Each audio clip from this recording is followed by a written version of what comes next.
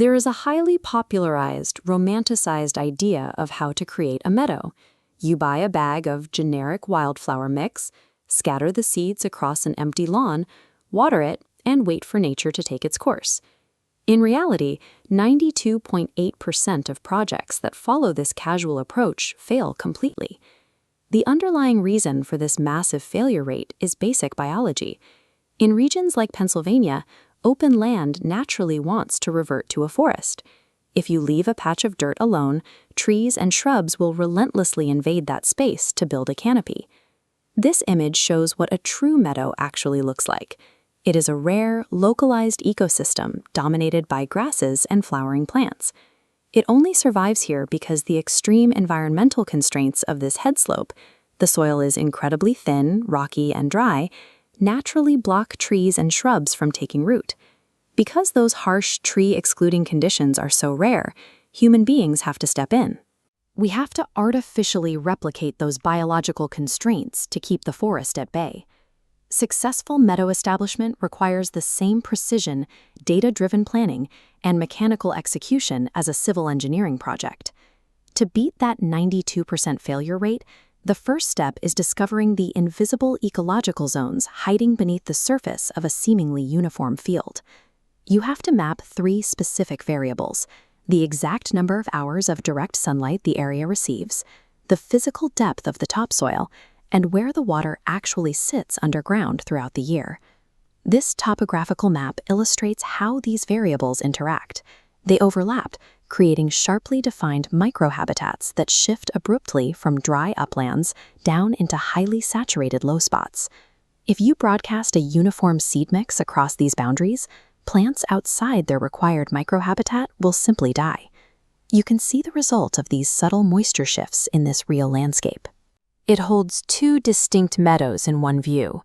The dry upper slope supports purple-top grass, but as underground moisture increases down the slope, vegetation abruptly shifts to goldenrods and dewberry.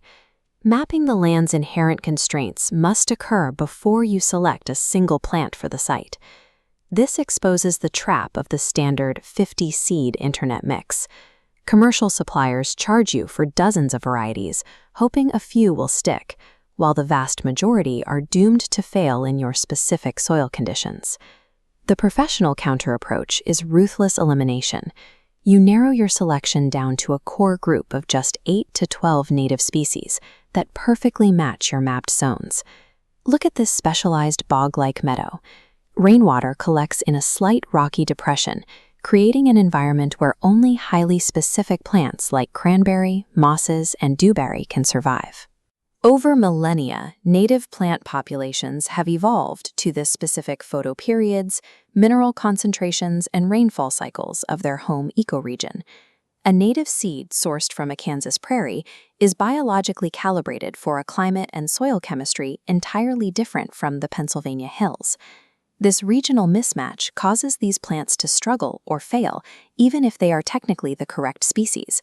Practitioners rely on localized genetic matching, focusing exclusively on species with the highest probability of survival in each unique ecological zone. Before any of those matched seeds can go into the ground, you have to deal with the existing seed bank, the millions of dormant weed and invasive seeds already buried in the soil.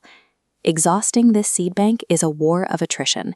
It is a multi-year physical process to completely clear the site. If you leave the invasive root systems in the ground, their aggressive biology will rapidly multiply and suffocate any fragile native shoots you introduce. Land managers have to systematically zero out the biological slate. This requires repeated, targeted herbicide applications, controlled burning, and rigorous mowing cycles. Without that ruthless site preparation, scattering expensive native seed is simply buying high-priced food for your local weeds. Once the soil is sterile and clear, the genetically matched seeds can finally be deployed. Hand broadcasting seeds across a half-acre or more is highly inefficient. It leaves the seeds sitting exposed on the surface, vulnerable to wind erosion and hungry birds. To safely install the meadow, professionals rely on industrial technology, like this tractor-towed seed drill. The drill mechanically slices into the prepared earth, placing the seeds at the exact millimeter depth required for their specific germination needs. That precise mechanical placement gives the seeds the exact soil contact required to trigger their growth, kicking off a complex 7-year establishment phase. Calibrated machinery provides the necessary bridge between a theoretical ecological design and a living biological reality. Executing this level of scientific rigor traditionally required hiring expensive ecological consultants to oversee the years of planning and labor. Today, land managers have access to computational tools like the Evaluate software. It acts as an ecologist in your pocket, automatically cross-referencing your site data against hundreds of natural meadows to generate a statistically sound, localized seed mix. This software pairs with this document, the Practitioner's Guidebook. It provides the exact step-by-step checklists that professionals use to safely navigate the years-long timeline of site preparation, seeding, and maintenance. This entire open-source toolkit was developed by ArcheWild and commissioned by the Pennsylvania Environmental Council, with funding from the National Fish and Wildlife Foundation. Stop guessing with store-bought seeds. Download the Meadow Manual, map your constraints, and engineer an ecosystem built to survive.